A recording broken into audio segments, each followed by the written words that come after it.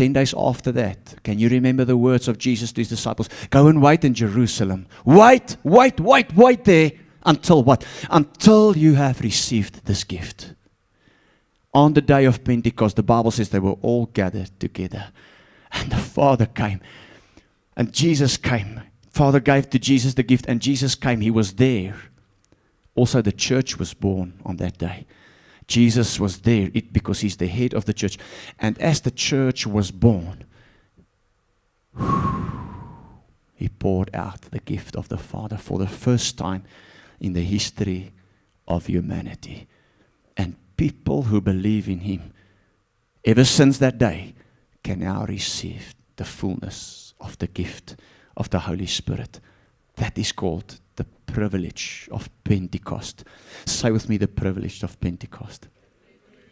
And my heart this morning, and for everybody listening, is that you will not only celebrate a day, because we can easily just celebrate and acknowledge what happened 2,000 years ago in that upper room. We sang about it this morning.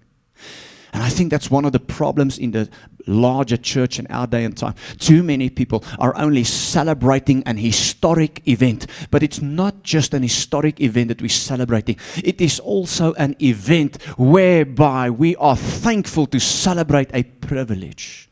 The privilege that you and I, our bodies, have become temples of the Holy Spirit, and not only a part of the Holy Spirit or a little bit of the Holy Spirit or a certain gift of the Holy Spirit, but the fullness of the person and the power of God himself now came to reside in you and me. And it is a gift from the Father that he longed, wished to give every person. Isn't it powerful? In other words, also the kingdom of heaven are now in us, because where God is, there he reigns and rules, and there his kingdom is. Isn't it powerful? And because of the kingdom of God in us, you and I can advance the kingdom of heaven in this world, and never ever think that a baptism in the Holy Spirit is just goosebumps. No, it's not just goosebumps, church. It is to establish the kingdom, the reign, the rule, the glory, the majesty, the presence of God wherever we live and move and have our being. Say with me, the privilege of Pentecost. My plea today is that you and I will not just celebrate an historic event, but as we sit here and as we listen, that we may say, Lord, please give me the fullness, the privilege of Pentecost. We do not want to draw a distinction between Christians. We don't want to categorize Christians. No, that's not what we do. But you must understand that receiving the gift is a real event. There's a real moment, and every person who has received it can testify to the fact that I remember when I was filled with the fullness of God's Spirit. They will tell you a story about when that happened, because when that happened, certain things happened on the inside of them. And there was a moment, as Jesus promised in John 7, that rivers of living water started to gush forth from their innermost man and their innermost woman. Something happened, and you knew I was filled and baptized with the Holy Spirit. We're not drawing distinction. We're not making categories of Christian, but we have a desire, which is the desire of the Heavenly Father for people to be filled with the fullness of the person and the presence of the Holy Spirit. And we can only have everything in our lives that God promised if we receive the fullness of the person of the Holy Spirit. You will read throughout the Accounts Act that there are 3 events that you and I must experience. First, you must get to know Jesus. Have an encounter with Jesus, like Paul had an encounter with Jesus on the road to Damascus. And at that encounter, can you remember? The Bible said that Paul fell down, and all of a sudden he realized that he needed Jesus. An encounter needs to a true realization that I need Jesus, and that leads to true repentance. We spoke about that. Then we also see that Jesus commanded, if you believe, you must get baptized. That we've done last week. How many were baptized last week? We had so many. It was so powerful. People got baptized. What is baptism? Baptism means that the old man is now buried and the new man now rose from the dead with the power of the Holy Spirit. That's a second event that we read of in the Bible, and it's prevalent in the New Testament. You find it throughout the New Testament. The instruction of Jesus, the water baptism. But then there is a very special one also. That event, say with me, that event, where I receive the gift that the Father gave to Jesus and that Jesus gives to me, like He gave it to those on the day of Pentecost. And that's what I want. And that's what I desire. Because if I have that, the kingdom is in me. And I am in the kingdom. And wherever I go, I can advance the power, the glory, the majesty of the kingdom of heaven. Come on, if that does not make you excited, nothing will. That's the gospel. That is the full gospel. Say with me, 3 events connected to my salvation experience. And I ask you to read with me from Acts chapter 19, verse 1 to 3, where the word of God says, Paul, you know who Paul was. Paul, the Apostle Paul, was a wonderful, powerful man of God that wrote more than 2/3 of the New Testament. He says, did you receive the Holy Spirit when you believed? Just some context. Paul comes and he meets 12 believers. And it's interesting that they were 12. Some translations even call them disciples of Jesus. Which means what? Which means they were born again people. Will you agree with me? The Bible says they were believers. Some translation says they were even disciples of Jesus. They started to follow Jesus, which means what? They have had an encounter with Jesus. Somebody preached the gospel to them, and they believed and they accepted. That means the Holy Spirit already worked in their lives. Are you with me? Why am I saying that? Because nobody can say Jesus is Lord without the Holy Spirit. For them to believe, they must have had a working of the Holy Spirit in their lives. The only reason I'm saying this is because that we will understand that there's a difference between the Holy Spirit working with us and in us at the point and moment where we get born again and the gift of the Holy Spirit. Get this, church. Paul comes and he asks them, okay, you say you believers, I acknowledge the Holy Spirit is with you. For those sitting here this morning, you're not sure if you've received the gift of the Holy Spirit, it doesn't mean that you don't have the Holy Spirit. Because for you to sit here and say you're a believer means the Holy Spirit has done a work in you. He's with you already. Like in Genesis, He was brooding like a bird. He was there all the time on the face of the deep, but He had not yet been poured out. You have not yet received the gift. This is why Paul asks the question. Look at somebody and tell them, check what Paul is asking him or them. Check the question. So the word of God makes it clear. He asked these 12 believers, knowing that they already have the Holy Spirit did a work in their lives. Otherwise they wouldn't have been disciples. But Paul is after the gift that came from the Father there on the seat of throne, Jesus at his right hand side, the gift from the Father to Jesus, and Jesus the outpouring, the one who outpoured and baptized with the Holy Spirit. He's looking for that gift. He's looking for a specific experience. This morning, my desire is to ask the same question that Paul asked. I am not out of line to ask the same question Paul asked. And can you see the first question he asks us, and this is the important one. Come on, let's read it together. 1, 2, 3, verse 2.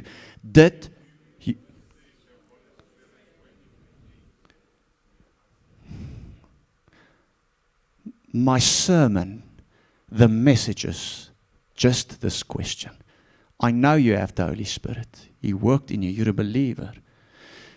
But my question is the question of Paul. When you believed and came to Jesus, now that you are a believer, can you witness of an event where you have received the gift of the Holy Spirit? Did you see here, Paul was not asking them if they know the Holy Spirit. He wasn't asking them if they're celebrating Pentecost. He can do all of those things. No. The hardcore question is, have you received the person of the Holy Spirit? Have you received the gift of the Holy Spirit? That is the question. That is the question this morning. And you know, when this question is asked to people, they start to get nervous. I've seen it many times. Even Pentecostals get nervous. I remember as a young person in Sunday school, and that's why I have the Sunday school here this morning. You know, my Sunday school teacher told me, today you will receive a gift from God. And I was trying to protest, but I know the Holy Spirit, and I'm born again. At the age of 12, all these thoughts were going through my mind, and I started to shiver, because what if I have to speak in that language that nobody understands? And what will happen when I prophesy? Or how will God now use me to lay hands on people like the pastor does every Sunday, and I don't understand anything? What will happen of these things? Oh, and I got nervous, and some people are nervous when they hear about the Holy Spirit. They got nervous. They turn to somebody and say, are you nervous? And I remember that Sunday school teacher make room and time for me and said, but today you're going to experience and receive the gift of the Holy Spirit. And today I am going to make time with you. For those of us who've already been baptized in the Spirit, I know that we're going to be filled again. In Acts chapter 4, verse 31, the Word of God says that even the apostles were filled again. Sometimes we need to receive just His fullness again. Amen. So Paul asked them two questions, and I think what I want to say is the Church of Jesus Christ has drifted from these two important questions. Have you received the gift when you believed? We don't question your belief. We don't question that you are a born-again child of God. The question we have is, did you receive this wonderful gift that came from the Father, that went to Jesus, and Jesus poured Him out? And then when they said no, we haven't even heard that there's a Holy Spirit, the Scripture's saying further. We will look at it now. He says, did you receive the Holy Spirit when you believed? That's the one we read together. Then they said, no, we haven't heard that there's a Holy Spirit. And then verse 3 says the following. And I'm just going to read it now. Then what baptism did you experience, he asked. So it is so important that we receive the Holy Spirit. And Paul immediately knew that if they have not received the gift, there was also probably a problem with the kind of baptism they have received. Say with me, the kind of baptism. I think the church must ask these questions again, basic questions. Were you baptized? Did you receive the gift? We know you believe, but there is a fullness that God has in store for you and me that can only be received once we have experienced three events. An encounter with Jesus that led to repentance, baptism in the Holy Spirit. Can you say that with me? An encounter with Jesus, baptism, and baptism in the Holy Spirit. Do you think I'm theologically sound when I say that from this passage that we read here? Yes, and it's not just one example. It's not just one passage. We find different passages that say the same thing. So it was always the heart of the Father to give us the precious gift of the Holy Spirit. It was in His heart. How many fathers do we have here this morning? Or mothers? Mothers and fathers. Do you want what's best for your child? Would you do everything you can for your child? The Father always knew that the best thing He could do for us being in this world was to give them the gift of the Holy Spirit. Christianity and the kind of Christianity that establishes the kingdom of God in this world is not possible without the Holy Spirit. We cannot pray without the Holy Spirit. We cannot understand the Word of God without the Holy Spirit. I cannot be a good husband to my wife, a good father to my children. And if I do not have the Holy Spirit, standing here in front of you is going to be so boring. You will fall asleep. And that still doesn't stop a few people to still fall asleep. Not in our church. I'm talking about other churches. Hallelujah. Come on, right there where you are. Just say with me, Father, You are my Father. Thank you for this gift that you always wanted to give to me. But you could only give it once you've given it to the resurrected Jesus. The Lord Jesus, please pour out. Please give me this gift. In Jesus' name.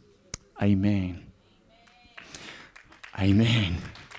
If you've prayed that and your heart has been cleaned this morning through what we've done in the worship, there's no reason that you cannot have an encounter with Jesus today and receive the baptism of the Holy Spirit. It's always been the heart of the Father. And you know, I want to just show you something from the Old Testament. That even in the Old Covenant, under the Old Testament, it was the wish of God. It was the heart of the Father. And I refer to the wish of Moses. Say with me, the wish of Moses. Because the wish of Moses was the desire of God, even in the Torah. What is the Torah? The first 5 books. Genesis, Exodus, Leviticus, Numbers, Deuteronomy. That's Torah. Do you know that even in the law, there's reference and a pointer towards Pentecost? I want us just to read the scripture quickly in Numbers chapter 11, verse 16 to 7. And before we read it, the context here is the people came from Egypt. They were delivered from that oppression, that bondage, that slavery of the Pharaoh and the Egyptian people. They got through the sea, got the great miracle, and now they're journeying with God to the promised land. But the problem is they still remember all the food. Some people only think about their stomach, amen. They are in church and, you know, even before they get into church, you know, they start to talk about food. What are we going to eat? So the Egyptians started to miss the food. They said, and you can go read this, they said, oh, the cucumbers, the fruits we have, the meat, can you remember the fish? Oh, and here we are in the desert, and all we have is what? Manna. And they started to murmur and complain, and to the point where God got angry with them. And Moses started to got angry with him. And so Moses and God speak. And Moses says, God, what are we going to do? It's your people. I don't know what to do. I'm so tired of this calling. And God said, Moses, call the people. And we see that they gather at the tabernacle. And God did something great. He gave them some of the Holy Spirit that was on Moses. Here's what I want you to see. The solution that God had was to give some of the same Spirit that He put on Moses on the people. And right after that, a wind came. You know, the Holy Spirit, one of the symbols that refers to the Holy Spirit is the Ruach. It's the breath of God. I believe that wind that the Bible spoke of or speaks of refer to the Ruach wind, the Holy Spirit wind. And the Holy Spirit wind bring quail to the people. And they received meat to eat. Meat is meat, and a man and a woman must eat. For those of you who don't know what quail is, I believe it's a little bird type, like a little chicken. I know this may sound funny, but I think God wanted to bless them with Kentucky Fried Chicken. I shouldn't have said that, because now it's going to be difficult, because some people are already thinking, what will I eat? But from the story, and I wanted just to read this, I want to make a few points. In Numbers chapter 11, verse 16 to 7, we read, gather before me 70 men who are recognized as elders and leaders of Israel. See that God first called the leaders. Bring them to the tabernacle to stand there with you.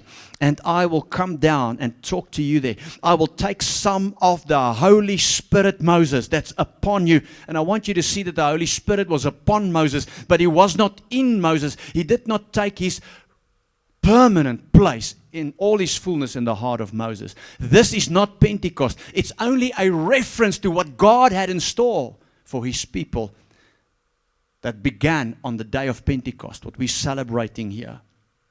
So He says, I'm going to take some of the Spirit that's on you, and I will put my Holy Spirit on them also. Here's a few things that I believe we can learn from this. The first thing is, and that speaks about the privilege of Pentecost. Number one is God gives the Holy Spirit first. Amen. The Holy Spirit is the power of God in the earth.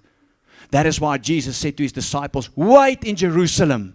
Wait until what? Until you've received this gift. How many of you want to receive a gift this morning? How many of you acknowledge with me it's easy to receive the gift? You must just not be afraid and put out your hand and receive it. Don't make it complicated. Amen. Get your mind out of the way. Get your personality out of the way and just be humble and receive the gift, because God will bring us into the fullness, into the fruitfulness, into the impactfulness only once we have received the Holy Spirit. The Holy Spirit is the manifesting power of God in the earth. So before God could give them the quail, He first gave them the Holy Spirit. You and I can only be as successful as God wants us to be successful, anointed as God wants us to be anointed, once we receive the fullness of the gift. So we see that God wants to give the privilege of Pentecost, the gift of the Holy Spirit, so that He can do great things through us. Jesus knew His disciples would fail in His mission for them without the Holy Spirit. And I want you to understand today that you cannot be as effective as God needs you to be without the Holy Spirit, church. You need the fullness of the Holy Spirit. And God wants to give Him. That's why Paul asked, have you received Him? Paul did not even ask them first about the baptism. The first question was what? Have you received the gift? Say with me, the gift. It's a special gift. Secondly, we see that without this gift, you will always feel like something is missing in your spiritual journey. I want you to understand that. You will always feel, and without this gift, it is so much easier to backslide and to go back into that old world and to pick up the things of that old nature that you buried in baptism without the gift. We see that the people of God started to miss the fish and the chicken and the meat and the cucumbers and all the beautiful things they had in Egypt. Without the Holy Spirit, people start to long for the things of this world. That's why God gives us the gift of the Holy Spirit, that He can make us full. The Bible says in Galatians 5:17, the Holy Spirit replaces our fleshly old nature desires and gives us new desires. I want to say to some person here today, you've got too many ambitions and desires and dreams that does not line up with what God has in store for you. But if you can receive the gift of the Holy Spirit, oh my friend, God will give you new desires that line up with His plan and His purpose and His dream for your life. And His dream is always bigger. I say His dream is always bigger. It's always better. It's always more powerful, church. Thank you for a few amens. I pray that God will take some of your desires and replace it with some of His desires. That's why that's why we have the wish of Moses. And it's called the wish of Moses because in the end, and I will read it just now, Moses said, Lord, I wish that they will all receive your Holy Spirit. So that's the second thing. The third point I want to make concerning the heart of God to give us the fullness here is that it's essential that leaders are filled with the Holy Spirit. Can you see that they called the leaders to the tabernacle? They called the leaders to the tabernacle. And God said to Moses, what is on you, Moses, I will give some of that to the leaders. Get this, church. Jesus had a unique, how many of you will agree Jesus had a unique relationship with the Holy Spirit? The relationship between Jesus and the Holy Spirit is never found in the Word of God. Here with Moses, we see a little bit of that. With David, with all the kings and prophets of the Old Covenant, we see a little bit of a relationship with the Holy Spirit between man and the Holy Spirit. But when Jesus came, it was a unique relationship. And therefore God even here says, Moses, some of what's on you, I'm going to give to your people. And I want you to understand that it is the heart of God. That's the third point. To give you, that's the gift, that's the privilege of Pentecost. The same unique kind of relationship that Jesus had with the Holy Spirit. He was the first one to experience it. And that is why the Father also gave him the gift. When Jesus was on this world, very unique, precious relationship with the Holy Spirit. And that's why He's also the baptizer of the Holy Spirit. And then the fourth point today, from this wish of Moses, you know that the church has a responsibility to facilitate opportunities for people to receive the fullness of the Holy Spirit. Moses called them to the tabernacle. This morning is an opportunity for you to receive the fullness of the Holy Spirit. Don't sit and wait for the service to end. Sit and wait until the announcement comes or the altar call comes, and then respond and say, Lord, fill me, touch me, bless me. Be one of those leaders who come to the tabernacle to experience the fullness of the Holy Spirit. And then finally, when we look at this, we see that not everybody understood the outpouring of the Holy Spirit. Some were afraid. Some thought it was weird. Some thought what was happening here, especially one young man, in Numbers 11, verse 26 to 29, where the Word of God says, in verse 27, a young man ran and reported to Moses. So what happened was the Spirit came upon the 70 leaders. Powerful, amen. So a young man ran and reported to Moses, Eldad and Medad are prophesying in the camp. What's wrong with that? And by the way, this young man was Joshua, who became later the leader of Israel. But it was so strange to him. This was his first encounter, with the Holy Spirit. And how many of you know that when people first encounter the Holy Spirit, they don't always understand? Therefore, certain people criticize. Therefore, certain people will tell you there's nothing like tongue speaking or prophesying or supernatural healing. Some even call them cessationists, which means, they believe that the power of the Holy Spirit ended at the end of the apostolic age, which was when the last apostle died. Wrong. Wrong. Say with me, wrong. But the fullness of the Holy Spirit is still available for all of us. Now look at this. So Eldad and Medad are prophesying. Joshua does not understand and wants to criticize. And he says the following, Moses, my master, these men are prophesying. Make them stop. Can you imagine that? Stop the work of the Holy Spirit. Stop speaking in tongues. Stop prophesying. Stop laying hands on the sick. Stop the power of God in the world. No, Joshua, you are in error. No, Joshua, you stop. You keep your mouth shut, Joshua, and let the Holy Spirit do what the Holy Spirit wants to do. How many of you say with me this morning, let the Holy Spirit do what the Holy Spirit must do in me and through me? Hallelujah. That is the privilege of Pentecost, church. That's the privilege of Pentecost. So verse 29, are you jealous for my sake? Moses saying, you jealous, you don't understand anything. Don't be jealous on my behalf. Don't ask me to stop this. Look at, and here is what we find, the wish of Moses. Say with me, the wish of Moses. If it's the wish of Moses, will you agree with me? It's the wish of the Father. So the wish of Moses is the wish of the Father, even in the beginning of the Bible, even in the law still. We see this pointer to Pentecost, to the promise and privilege of Pentecost. Even in the law, it's there. So Moses said, I wish that all the Lord's people were prophets and that the Lord would pour out His Spirit upon them all. And the wish of Moses is the wish of this church and my wish and Paul's wish and God's wish this morning, that you will all receive the fullness of the person of the Holy Spirit, and that whatever you've heard on the internet and every person that runs around like Joshua and says, stop the sect, stop the cult, stop the speaking in tongues, stop the prophesying, stop the gifts of the Holy Spirit, that you would say, no, don't be jealous about what God is doing through His Spirit in these days. Hallelujah. We will not stop. We will receive and explore the fullness in Jesus' name. Now, the precious thing is, in the end, we see the wish of Moses now culminates into the prophecy of Joel chapter 2, where, we find the wish of God now written in the prophecy of Joel. Can you remember what Joel prophesied?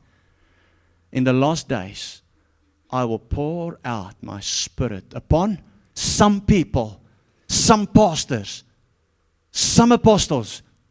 No, wrong again. I will pour out my Spirit upon all. Say with me, all. Turn to a neighbor and say, that includes you. The power of the Holy Spirit is not just for a few crazy Pentecostals. I want to set it right, and I want to apologize for crazy Pentecostals who fabricated the power and the work of God and did a lot of damage and harm to the church of Jesus Christ when they tried to fabricate the power of the Holy Spirit. But only because a certain few went crazy and did the wrong stuff. It doesn't mean that the power of God is not real. It doesn't mean that the Holy Spirit has these wonderful gifts that He wants to come and bring into your life and my life so that we can experience the privilege of Pentecost. Say with me, the privilege of Pentecost. And then we see what happened, and that the prophecy of Joel then it gets manifested on the day of Pentecost. And let's read that together, because today we're celebrating this. Now the wish of Moses, the heart of God, the question of Paul, have you received the gift? We see the manifestation of it here. On the day of Pentecost, when the day of Pentecost comes,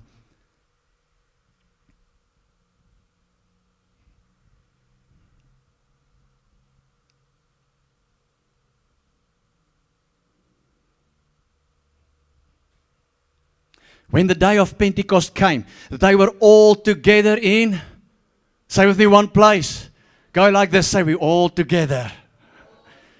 Suddenly, a sound like the blowing of a violent wind came. It came from heaven and it filled the whole house where they were sitting. And I pray it's going to happen here this morning. How many of you will receive it? How many of you say, yes, Lord? If it's all flesh, if it's meant for me, then please include me. Hallelujah. The day of Pentecost. Then verse 3, they saw what seemed to be tongues of fire that separated and came to rest on each of them. I want you to know there's a tongue of fire for you here this morning, for every person, not just a tongue of fire for a few of us, for every person. Verse 4 says, all of them were filled with the Holy Spirit and began to speak in other tongues as the Spirit enabled them. The reason why people don't understand tongues is because they refuse to believe there are three kinds of tongues. The type of tongues we get here. So they spoke in tongues, and it was tongues that was actually recognizable by other nations. But the thing is, they could never speak those languages. It's like I'm asking you here today, speak in French. You say, well, I can't. But you can if the Holy Spirit enable and empower you. But then, the people also said, but they are drunk. So I believe there was a different kind of tongue there that nobody understood. May have sounded like this.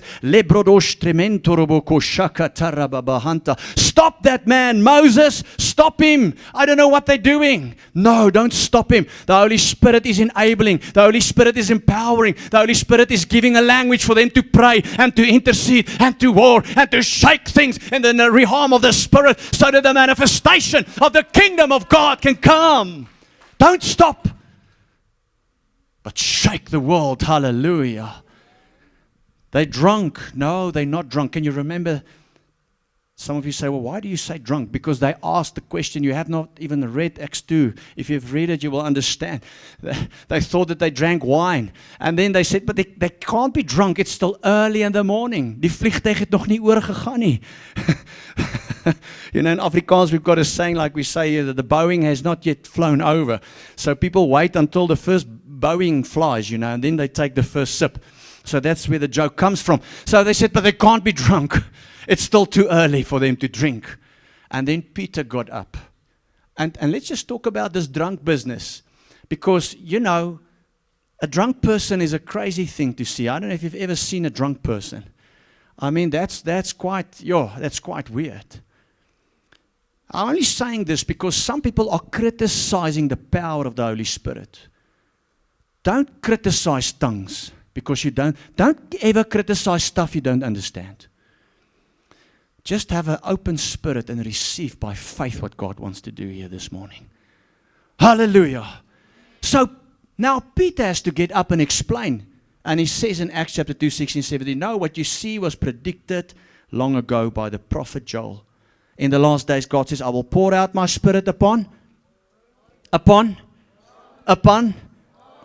your sons and daughters will prophesy. Sons and daughters will prophesy. Hallelujah. Young men will see visions. Old men and women will dream dreams. Come on, church. How many of you long for the dreams and the visions and the language of the Holy Spirit? How many of you say, Lord, if this child that I don't know what we're going to do with him or her, but if they can be filled with the Holy Spirit, hallelujah, then they will know the truth. Then they will see the kingdom of God. Then they will move forward in life and do whatever you've called them to do. That is why Paul asked them, have you received the gift? Otherwise, something is missing. God is a fullness, but you need to receive the gift.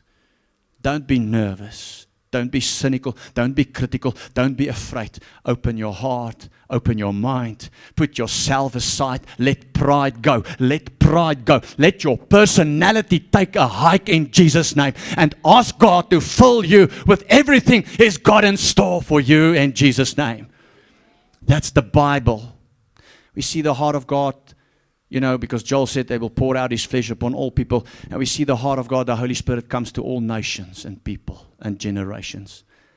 Hallelujah. Here in South Africa, in 1908, a man with the name John Graham Lake came. And his ministry from 1908 is marked and characterized by signs and wonders and miracles and healings and people getting filled with the Holy Spirit. And when they get filled with the Holy Spirit, they go like, and they start to call us a sect. They said, stop, as the young Joshua said, stop them to speak in tongues, stop them to prophesy, stop to claim that there are supernatural miracles and healings taking place. And the world wants to stop us, and the world wants to label us, and they call us Pentecostals. No, I understand. You can call me a Pentecostal, but I'm actually just a person who believes in the Bible. Don't try to, you see, that's the problem. We've got these categories. We've got these denominations and that denominations, and that's how they do it. But can't we just be united by the truth of what stands in God's Word? And it's not difficult.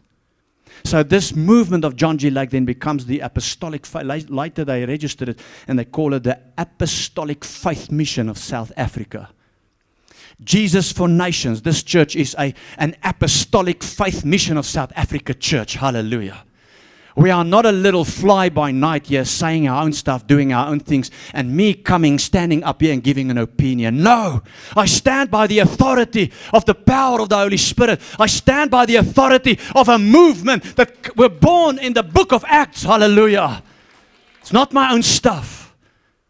And so this movement is established, the AFM, and every denomination or every spiritual movement must have a constitution. Cannot even open a bank account without that constitution. And a very important part of our constitution is the confession of faith. And let me read to you point 7 of our confession of faith. And if God wants, I will in time to come share more on what we believe in this church. And you must know who we are, what we stand for, and what we believe, and desire what God has promised us to have. Everybody must, because we're already part. And the members of a movement cannot change it's confession of faith. Can I get a big amen? Turn to somebody and tell them, do you understand what you are a part of? Our confession of faith says this about the Holy Spirit. I thought of bringing my constitution to show you that we really have it. It's a real thing. With a confession of faith, point 3. And point 3.7 says, we believe in the baptism of the Holy Spirit with the initial evidence of speaking in tongues as promised to all believers. And I must just say, church, I'm so proud of this movement. We are planting churches when other denominations are declining. I promise you can go and check me out on this. We used to be called a sect, but now we are growing. Now we are increasing. Why? Because we're not only celebrating Pentecost. No, we celebrate the privilege. We are filled with the Holy Spirit. We're going to plant 1,000 churches in the next 10 years. And I know because I'm part of the training, I know what I'm talking about. I see what God is doing. And I know what God can do in you and through you. And don't go out of this church today unless you've had a touch from heaven. Are you ready? Are you ready? Don't look nervous. Don't be afraid. Put your personality aside. Put your clever philosophies and opinions. Put it aside. You're already part of this. You're sitting here. And God says, I'm going to give you a gift. And I'm going to fill you with my Spirit this morning. And there will be initial evidence. No person who's baptized with the gift of the Holy Spirit does not have the evidence of speaking in tongues and prophesying, a word of wisdom, a word of knowledge. Amen. Prophecy, tongues, interpretation of tongues, signs of wonders, a gift of faith and boldness, a gift of healing. We still believe in it. If we don't have that, we have nothing. What will we offer the world? How will we see bound and broken and sick people getting healed and delivered and restored if it's not for the supernatural power of God? We need it. Say with me, we need it. I conclude, and then we're going to pray. Acts chapter 2, verse 38 to 39. So Peter got up, spoke. He said, no, they're not drunk. They have been filled with the Holy Spirit. It was what was prophesied by Joel. So he got up and said that. And then he said, each of you, so he's preaching now, and the church was born here. He says, each of you must repent of your sins and do what? Turn to God. Say with me, number 1.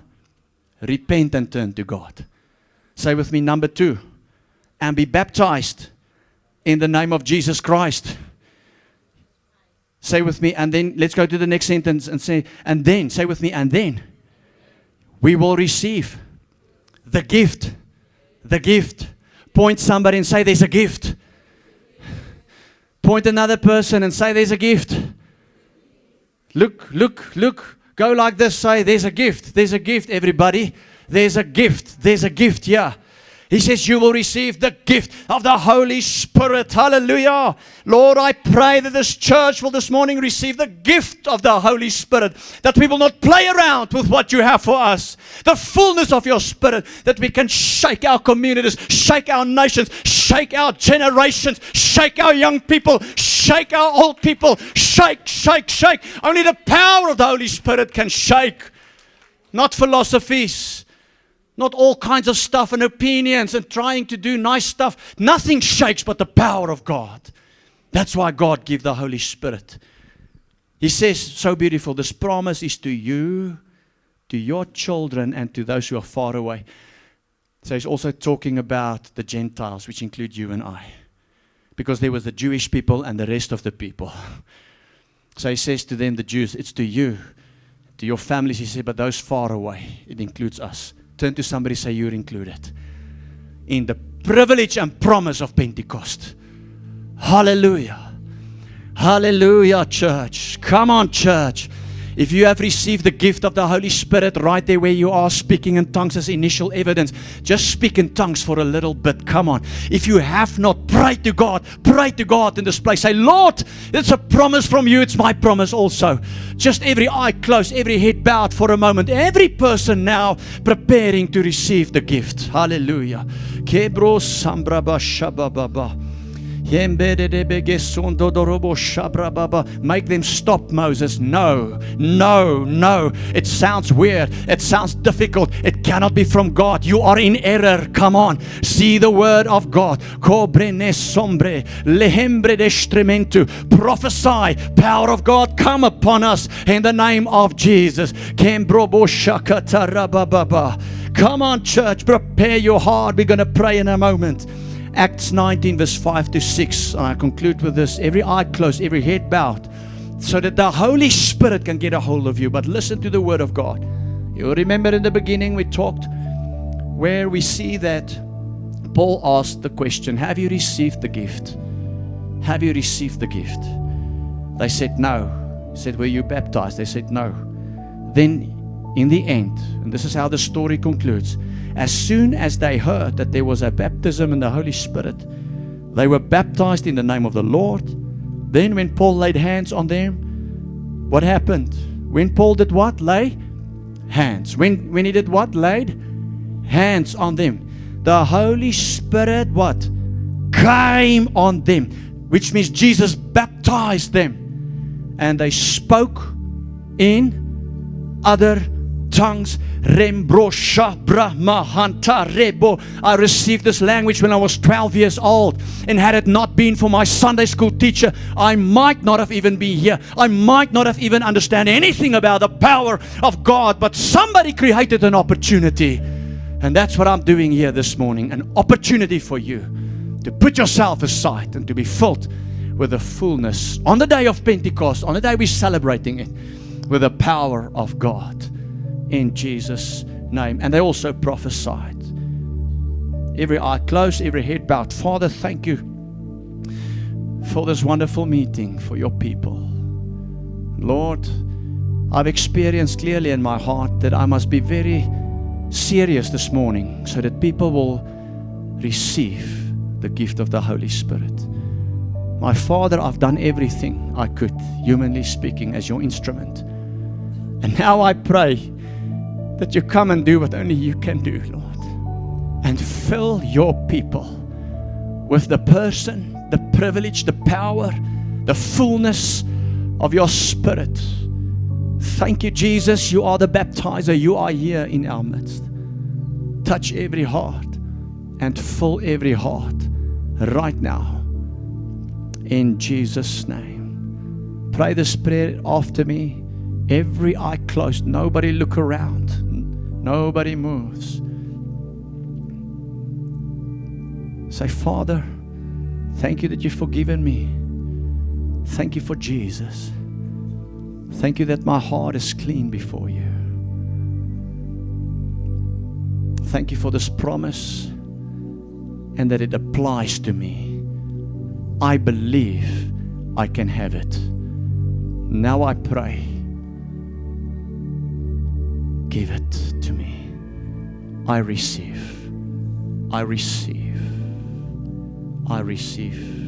Now I'm going to count to 3. And then you are going to, the Holy Spirit is activating a language in you with the initial sign of speaking in tongues. Initial. And He has done it. He's already done it when I was preaching. He's already done it. He's already done it. It doesn't make sense. It feels weird, very strange.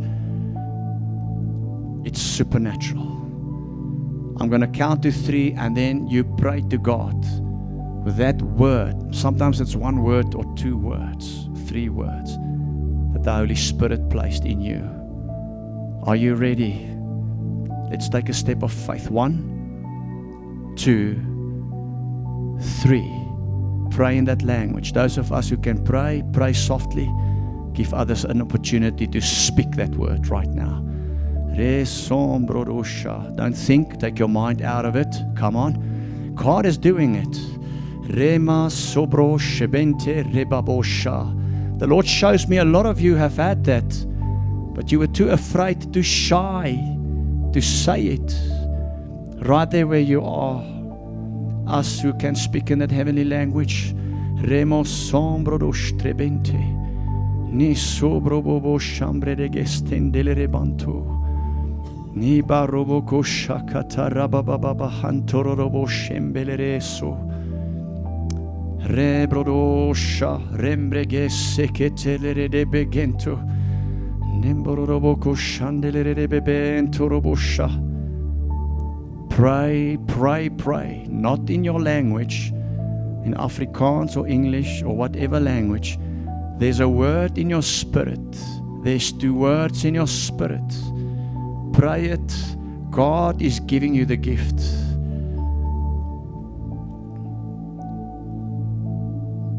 In Jesus' name. Pray it now. Pray it now. Lord, thank you that you give us the relationship with the Holy Spirit that you gave Jesus. In the mighty name of Jesus.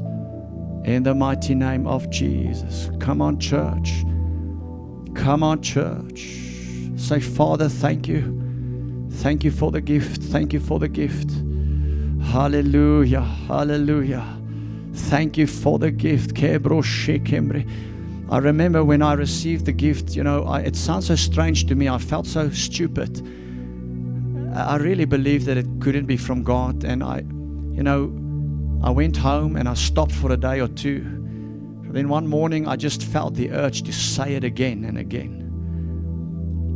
So God baptized me with the Spirit, and from there I spoke in tongues, and the language grew.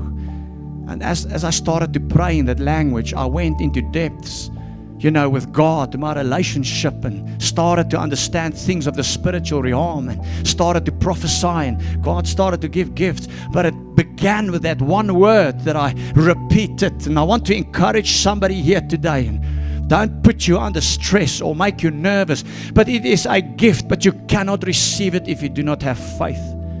I once prayed for a girl with the name Stefani when I was a young person to receive the gift of the Holy Spirit. And she had not received anything.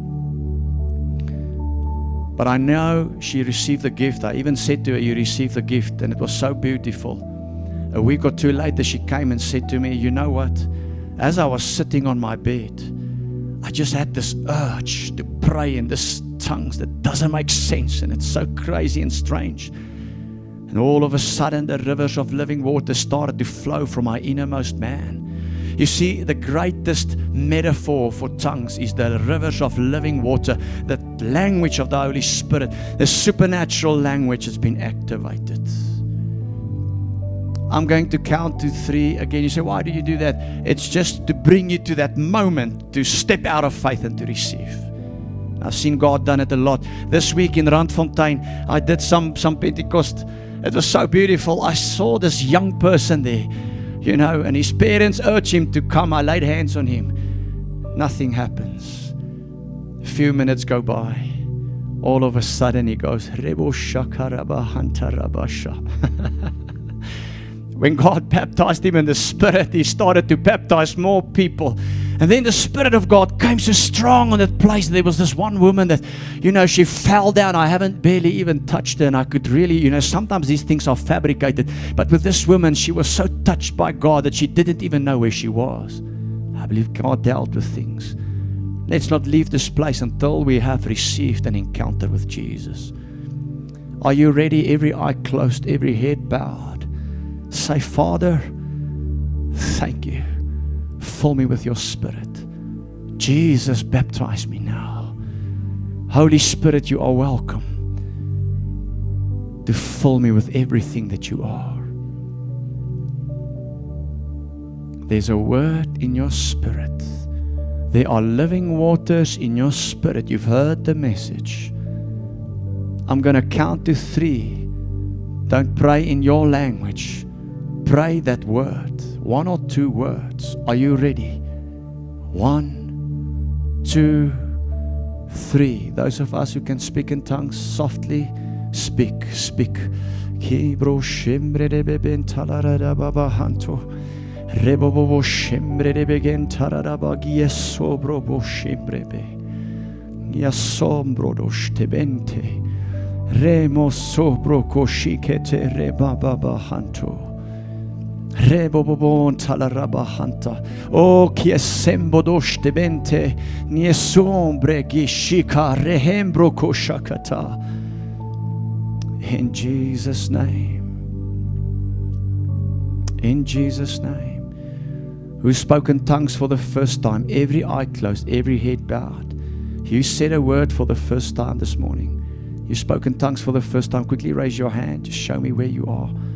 Thank you there. We've got one. We've got another people. 2 people's baptized in the Holy Spirit this morning. There's another person there. 3, 4 people. 5 people. 6 people baptized in the Holy Spirit. Come on, give Jesus a big praise. Give a big praise to Jesus. Come on now, I want to encourage those 6 people together with all of you who've been baptized in the Holy Spirit. Let's speak in tongues for 1 more minute. Are you ready? 1, 2, 3. Rebabosha, rebebebento, kineregisia bahanta, harebo somborosh telerehento roboboshekete, nison hombrodosh telerebabanta, rema sekete, ria sobrodoshte ende regisia bahanta, mesombodorosh telerebe. Oh, fire of God, power of God. We will shake generations, Lord, for your glory. We declare that no generation, young or old, will go, Lord, to pass on, Lord, without experience the power and the fire of the Holy Spirit. Hallelujah. And give Jesus a big praise in this place. Now, if you're here this morning and you want to be filled, let's do it like this. Every eye closed, every head bowed. People, let's be sensitive. Let's not be time conscious. Let's be Holy Spirit conscious. We've got a work to do here this morning. David said, Lord, help me to teach this generation your power. I am teaching a generation. That's why we have the Sunday school children here. The power of God, the gifts of the Holy Spirit.